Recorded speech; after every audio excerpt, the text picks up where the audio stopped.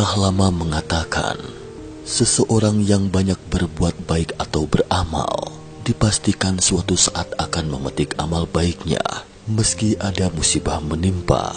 Kegelapan yang menimpanya itu akan berganti menjadi jalan terang baginya.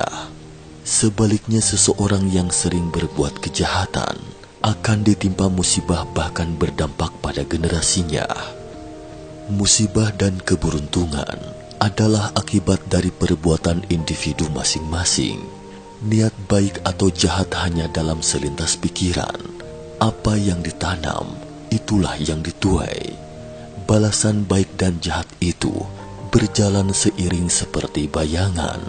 Ini adalah hukum langit. Kebaikan dibalas dengan kebaikan.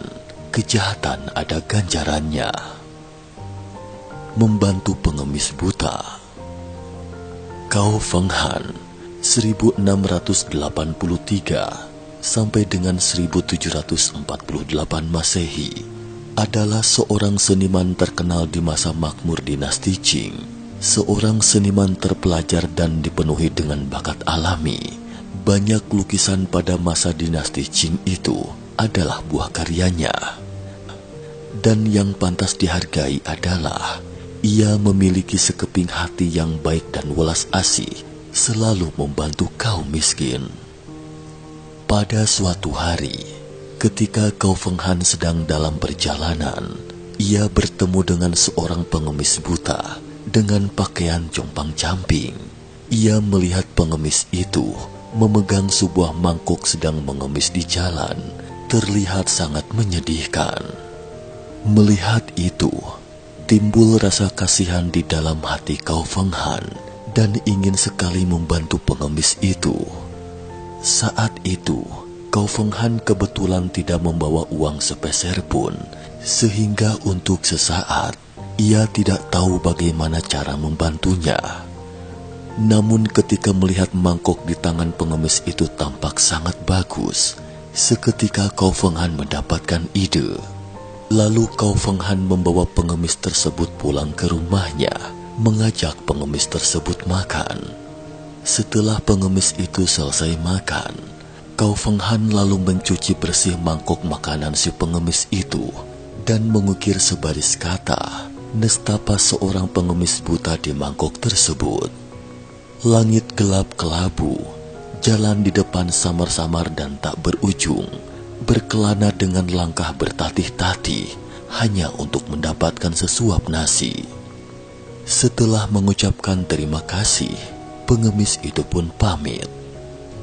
Pada masa itu, Cao Feng Han sudah sangat terkenal.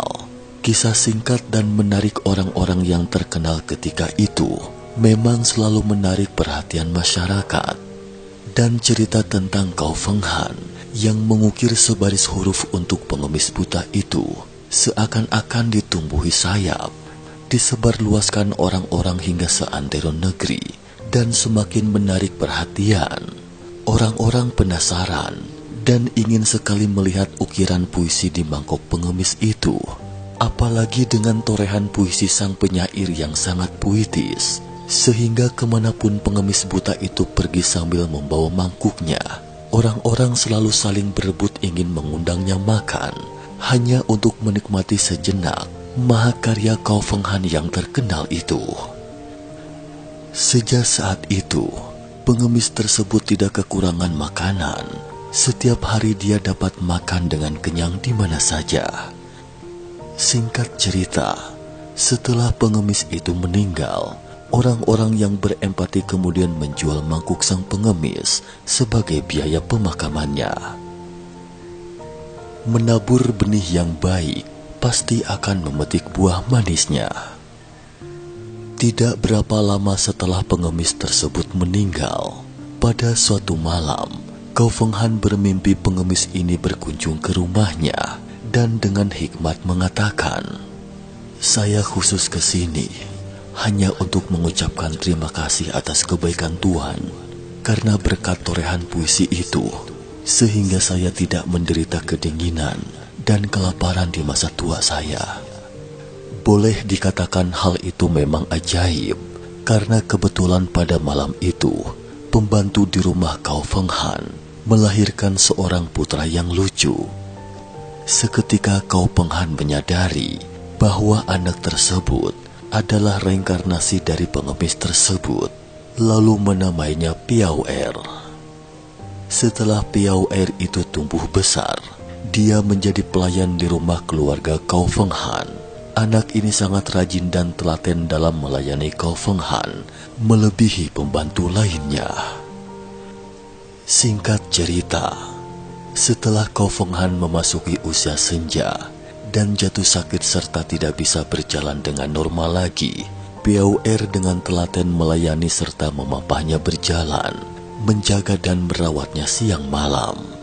Perhatian Piao Er yang ikhlas dan tulus itu benar-benar mengharukan orang-orang yang melihatnya. Piao Er juga sering membawa Kau Feng Han keluar untuk sekedar jalan-jalan. Boleh dikatakan, keduanya terlihat seperti anak dan bapak, seperti daging dan darah kandung sendiri.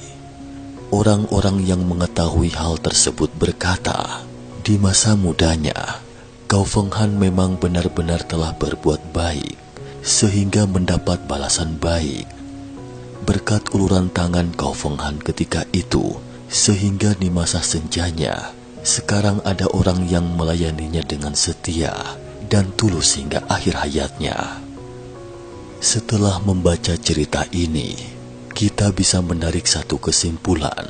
Berbuat baik kepada orang lain berarti telah berbuat baik pada diri kita sendiri. Balasan baik dan jahat itu memang benar-benar ada dan nyata. Apa yang kita tabur, itulah yang kita petik. Ini adalah hukum keadilan abadi. Semoga tercerahkan.